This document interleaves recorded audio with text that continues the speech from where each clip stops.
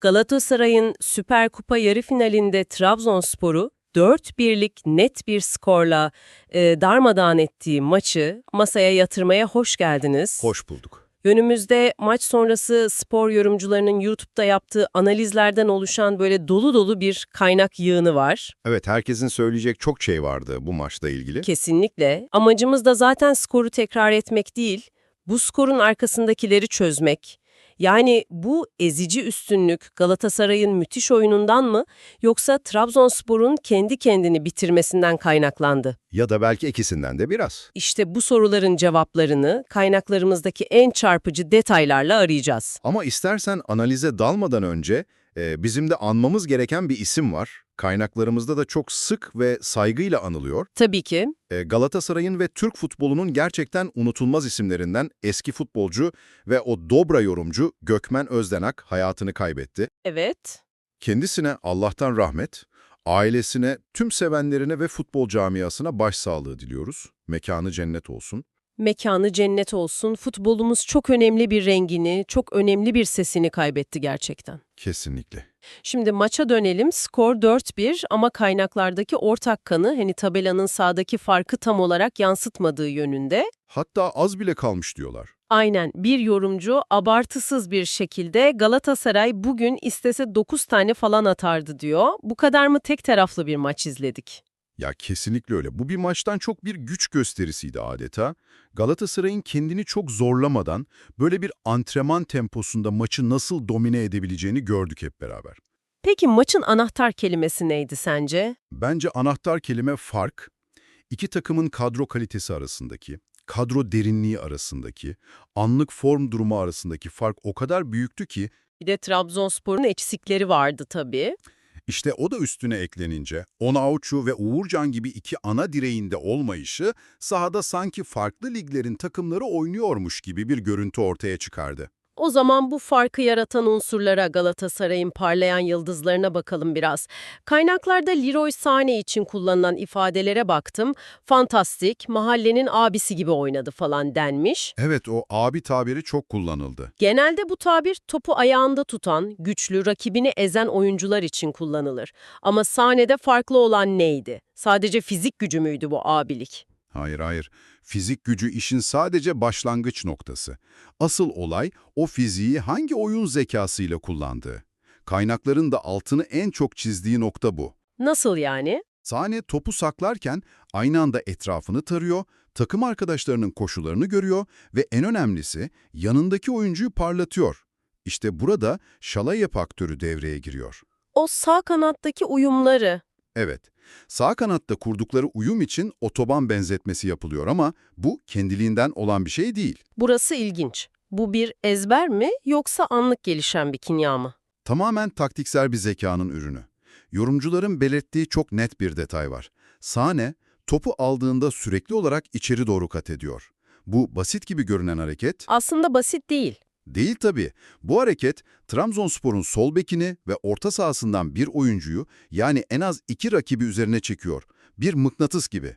İşte bu etki, Şalay'ın önünde koşabileceği o meşhur otobanı yaratıyor. Yani Galatasaray sadece bireysel yetenekle değil, rakibin savunma dengesini bozan planlı bir hareketle sonuca gidiyor. Kesinlikle. Şalay'ın bu artan ofansif performansı aslında sahnenin yarattığı bir yan ürün gibi. Biri diğerini tamamlamıyor yani biri diğeri için alan yaratıyor. Bu çok daha teknik bir analiz. Peki ya hücumdaki diğer parlayan isim Yunus Akgün. Ah Yunus. Yeni saç stiliyle Antoine Griezmann'a benzetilmiş. Bu eğlenceli bir detay ama asıl dönüşümü 10 numara pozisyonuna geçtikten sonra yaşadı sanki değil mi? O Griezmann benzetmesi sadece görüntüyle ilgili değil, tam da bu rolle ilgili. Yorumcular, Yunus'un artık sadece çizgiye basan bir kanat oyuncusu olmadığını, Griezmann gibi hem gezici forvet hem de bir oyun kurucu gibi davrandığını vurguluyor. Daha merkezde, daha oyunun içinde. Aynen öyle. O daralan becerisi, pas kalitesi ve sahneyle kurduğu o akıl dolu bağlantı artık komple bir ofansif silaha dönüşmüş durumda. Bu gelişiminin arkasında özel bir şey var mı peki? Var, kaynaklarda geçen ve bence çok değerli olan bir bilgi var. Yunus, verilen tatil arasında hiç durmamış, bireysel antrenmanlarına devam etmiş. Bu adanmışlık ve çalışkanlık, sahadaki özgüveninin ve performansının temelini oluşturuyor. Çalışmanın karşılığını almak dedikleri bu olsa gerek ve tabii ki bu hücum hattının zirvesinde Mauro Icardi var. Icardi. Kaynaklarda esprili bir dille göbeğe gitmiş, daha fit görünüyor denmiş ama herkesin dilinde olan o inanılmaz asisti, Eren Elmalı'ya attığı pas. Bu pası bu kadar özel kılan neydi? Ya o pas, Icardi'nin neden bir süperstar olduğunu tek bir karede özetliyor aslında. Bir yorumcu buna Zidane pası, bir diğeri Mesut Özil pası dedi. Neden peki? Çünkü Icardi topu aldığında sırtı kaleye dönüktü. Oradaki 99 santrfor dönüp şut dener. Ama o kısacık anda kafasını kaldırıp kimsenin görmediği, Hatta kameranın bile zor yakaladığı, aynen yayıncı kuruluşun kadrajında bile olmayan Eren'in koşusunu görüyor ve topu mıknatıs gibi ayağına bırakıyor. Bu sadece bir golcü içgüdüsü değil, bu elit bir oyun kurucu vizyonu. Daha zor olanı değil, en doğru olanı yapıyor. takım arkadaşına güvenmek ve kendi egosunu bir kenara bırakıp en doğru kararı vermek. Büyük oyuncu farkı bu sanırım. Kesinlikle. Ve bu vizyon takımdaki diğer oyuncuları da tetikler. Ben koşu yaparsam Icardi beni görür düşüncesini aşılar. Bu da bir takımın hücum potansiyelini kat be kat arttırır. O yüzden o pas sadece bir asist değil, aynı zamanda takım içi bir mesajdı. Peki tüm bu yıldızları bir orkestra gibi yöneten bir şef var, Okan Buruk. Onun rolü de kaynaklarda övgüyle anlatılıyor. Evet, özellikle bir an var ki Okan Hoca'nın maçı ne kadar iyi okuduğunu gösteriyor. Skor 2-1 olduktan sonra Trabzonspor'un hafifçe umutlandığı, oyuna ortak olmaya çalıştığı bir 5-10 dakikalık bölüm vardı. Evet, o bölümde biraz kıpırdanır gibi oldular. İşte tam o anda, hiç gecikmeden Torreira'yı oyuna sürdü. Bu hamleyle orta sahadaki tüm kontrolü anında geri aldı ve Trabzonspor'un o cılız isyan girişimini daha başlamadan bitirdi. Proaktif bir hamle yani. Kesinlikle.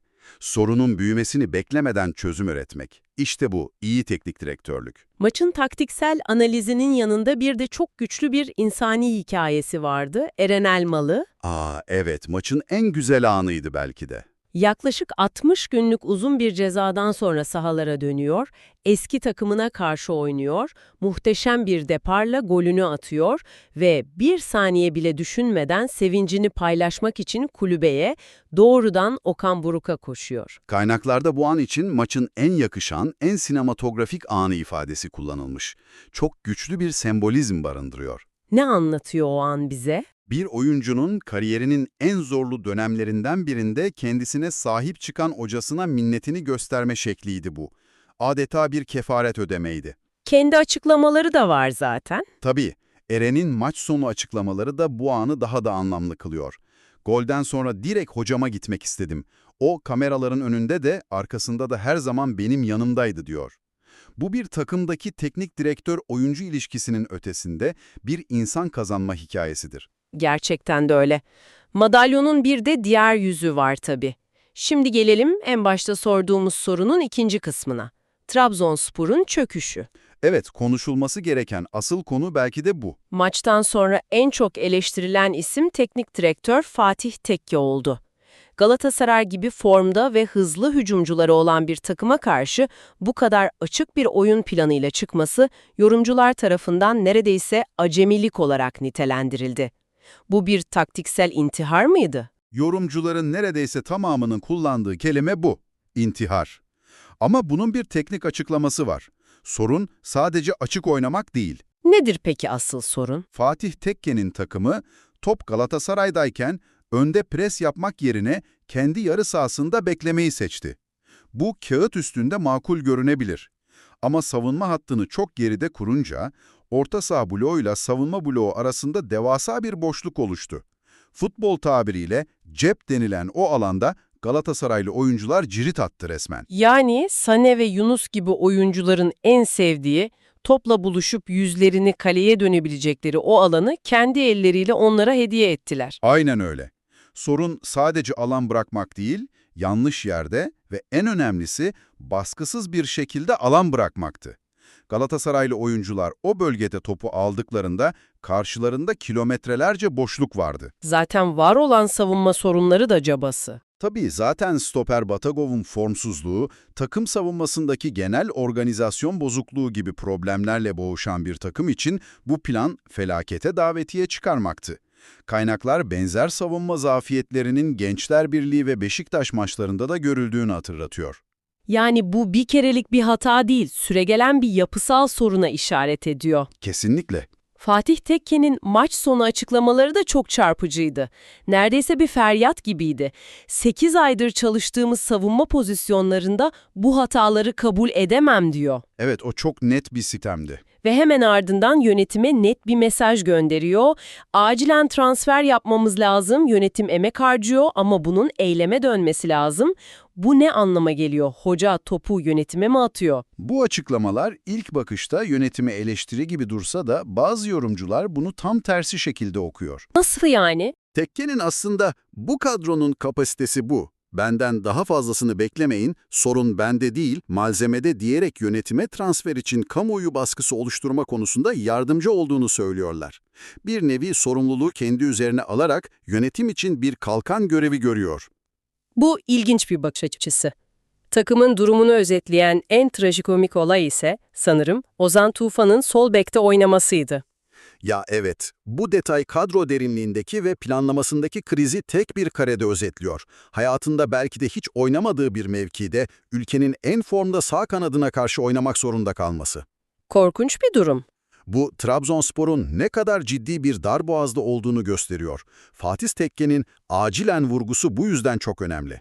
Sadece transfer istemiyor, zamanın daraldığını haykırıyor. Peki, tüm bunları toparlayacak olursak, Galatasaray sezonun ikinci yarısına rakiplerine gözdağı vererek adeta yeni bir vitese takarak başlamış görünüyor. Kesinlikle. Sadece kazanmadılar, nasıl kazandıklarını da gösterdiler. Hem bireysel yıldızlarının nasıl formda olduğunu hem de Okan Buruk'un taktiksel olarak maça ne kadar hakim olduğunu kanıtladılar. Trabzonspor cephesinde ise alarm zilleri çok şiddetli çalıyor. Eksikler, taktiksel arayışlar ve acil transfer ihtiyacı onları kritik bir yol ayrımına getirmiş durumda. Kaynaklarımız bugünü ve dünü analiz etti. Biz de bu analizlerden yola çıkarak bugünü konuştuk. Ama bitirirken geleceğe dair bir soru bırakalım. Evet, bırakalım. Fatih Tekke'nin acilen ve lig başlamadan vurguları çok netti. O halde Trabzonspor için asıl kritik soru transfer yapılıp yapılmayacağı değil, yapılacak olan o transferlerin takımın içine girdiği bu olumsuz momentum ve güvensizlik sarmalı. Geri dönülemez bir hale gelmeden. Evet, geri dönülemez bir hale gelmeden önce takıma katılıp katılamayacağı, çünkü futbolda bazen geç kalmak hiç yapmamaktan daha maliyetli olabilir.